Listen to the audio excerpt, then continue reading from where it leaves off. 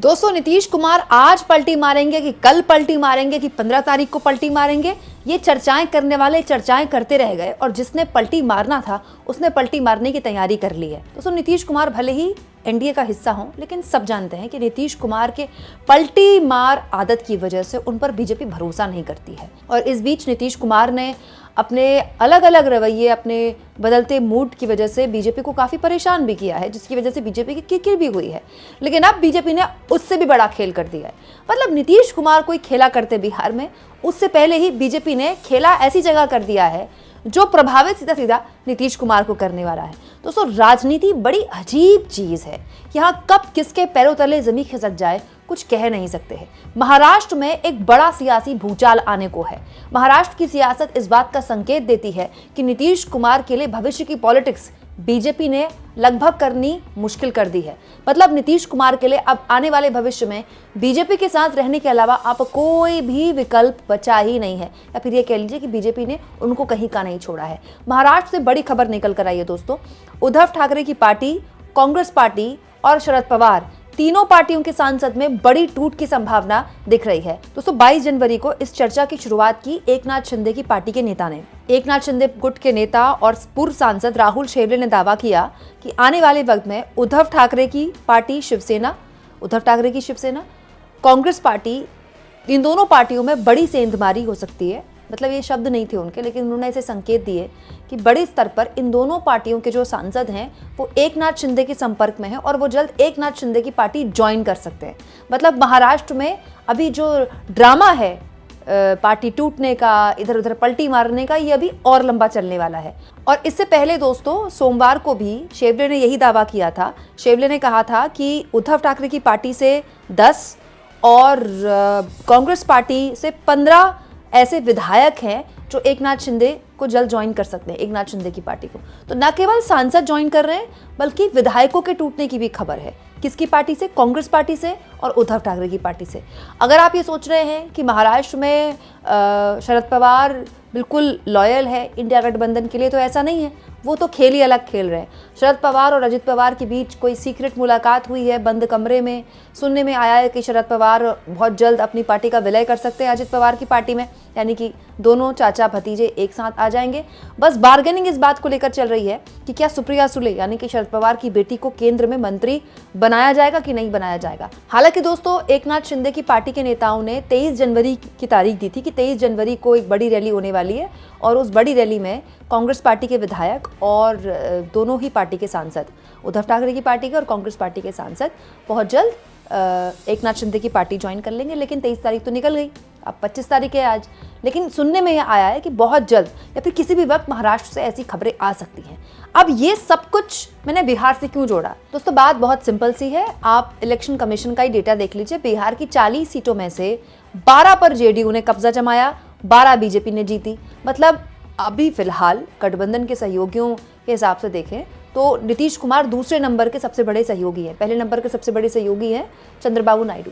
चंद्रबाबू नायडू को लेकर बीजेपी कोई खास टेंशन में नहीं है और ना ही नायडू को अभी बीजेपी को छोड़ने की ज़रूरत है। नायडू को अगले 5 साल सरकार चलानी है अपने राज्य में और जाहिर तौर पर उनको बहुत सारे फंड की ज़रूरत है, जिसके लिए केंद्र में उनका बने रहना ज़रूरी है।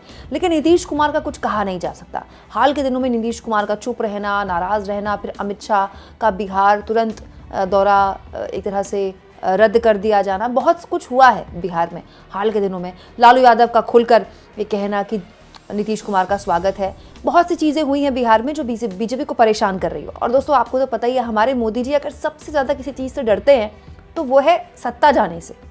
और भाई, जब मोदी जी जानते हैं कि उनकी जिस कुर्सी में वो बैठे हुए हैं उसका एक हत्था नीतीश कुमार के पास है, वो नीतीश कुमार कभी भी अपना हत्था खींच सकते हैं, तो मोदी ऐसा मौका क्यों देंगे नीतीश कुमार को? अब महाराष्ट्र की टैली भी देख लीजिए। महाराष्ट्र की 48 सीटों में दोस्तों कांग्रेस पार्टी ने जीती थी 13 सीटें, बीजेपी ने मात्र 9 सीटें, उद्धव ठाकरे की पार्टी ने जीती थी 9 सीटें, एनसीपी ने जीती थी 8 सीटें। किसकी? शरद पवार की एनसीपी ने। लेकिन अब यह आंकड़ा बदल सकता है। सुनने में आया है दोस्तों कि उद्धव ठाकरे के कम से कम 6 से 7 सांसद, जी हाँ, 9 में से 6 से 7 सांसद बीजेपी के संपर्क में हैं और कांग्रेस पार्टी के भी करीब 3 सांसद ऐसे हैं जो बीजेपी के संपर्क में हैं और करीब 15 से 20 विधायकों की संख्या बताई जा रही है कांग्रेस और उद्धव ठाकरे की पार्टी के मिलाकर, जो कि एकनाथ शिंदे के संपर्क में है। फिलहाल मैंने बीजेपी के संपर्क में इसलिए बोला क्योंकि बीजेपी सबसे बड़ा सहयोगी है एनडीए का और तोड़फोड़ के आरोप उसी पर लगते हैं। लेकिन ये जो बात करने का काम कर रहे हैं कि एकनाथ शिंदे कर रहे हैं, यानी कि एकनाथ शिंदे की पार्टी अभी और बड़ी हो सकती है और ये जितने भी दूसरे दलों से आएंगे ये जाहिर तौर पर एकनाथ शिंदे की पार्टी ज्वाइन करेंगे। तो एकनाथ शिंदे और महत्वपूर्ण हो सकते हैं, मतलब एकनाथ शिंदे के सांसद बढ़ जाएंगे, एकनाथ शिंदे के विधायक बढ़ जाएंगे, तो जाहिर तौर पर एकनाथ शिंदे राजनीतिक तौर पर और महत्वपूर्ण हो जाएंगे। महाराष्ट्र में उनका राजनीतिक कद बढ़ जाएगा, इसमें कोई दो राय नहीं है।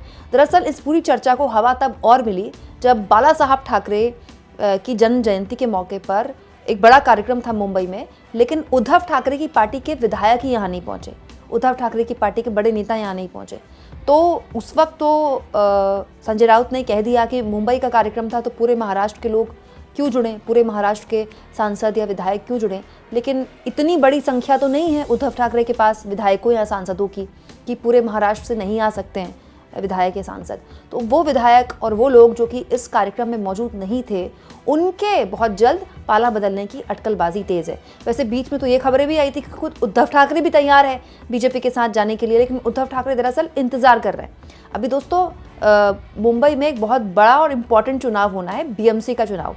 एशिया की सबसे रईस म्युनिसिपल कॉरपोरेशन है बीएमसी और उद्धव ठाकरे के पास ये आखिरी मौका है अपनी राजनीतिक जमीन बचाने का। और अगर बीएमसी में अच्छा परफॉर्म कर लिया उद्धव ठाकरे की पार्टी ने तो उनके पास बार्गेनिंग करने के लिए बीजेपी से एक स्ट्रॉन्ग हैंड रहेगा। लेकिन ऐसा लगता नहीं कि बीएमसी चुनाव तक एकनाथ शिंदे या फिर एनडीए या फिर बीजेपी रुकने वाली है। फिलहाल जो संकेत मिल रहे हैं वो बड़े टूट के संकेत मिल रहे हैं और ये टूट जाहिर तौर पर देखने में उद्धव ठाकरे की पार्टी और कांग्रेस पार्टी में होगी, जो कि होगी भी जाहिर तौर पर, लेकिन इसकी चोट लगेगी बिहार में बैठे नीतीश कुमार को। अब वो पाला बदलें ना बदलें, लालू यादव के साथ जाएं ना जाएं, नीतीश कुमार की मर्जी। तो अब नीतीश कुमार के पास एनडीए में रहने के अलावा कोई विकल्प नहीं बचेगा। साथ साथ में दोस्तों ये पूरे का पूरा ड्रामा जो हो रहा है ना, ये महाराष्ट्र की जनता भी देख रही है। मतलब महाराष्ट्र की जनता कितना ठगा हुआ महसूस करती होगी अपने को कि आप चुनते किसी को हैं, वो चला किसी और के साथ जाता है। वैसे तो दोस्तों हमारे देश में अब पार्टियों में विचारधारा नाम की कोई चीज़ नहीं रह गई, लेकिन महाराष्ट्र में तो लगता है जैसे इतना भारी कंफ्यूजन है कि कौन कैंडिडेट किस पार्टी से लड़ रहा है और क्या वाकई में 5 साल तक वो उसी पार्टी के साथ रहेगा, कोई भरोसा नहीं दे सकता। कोई पूरे 100% विश्वास के साथ ये नहीं कह सकता। मतलब महाराष्ट्र में तो वैचारिक प्रतिबद्धता माइनस हो चुकी है और सारी पार्टियों में है, सब पार्टियों में ऐसे।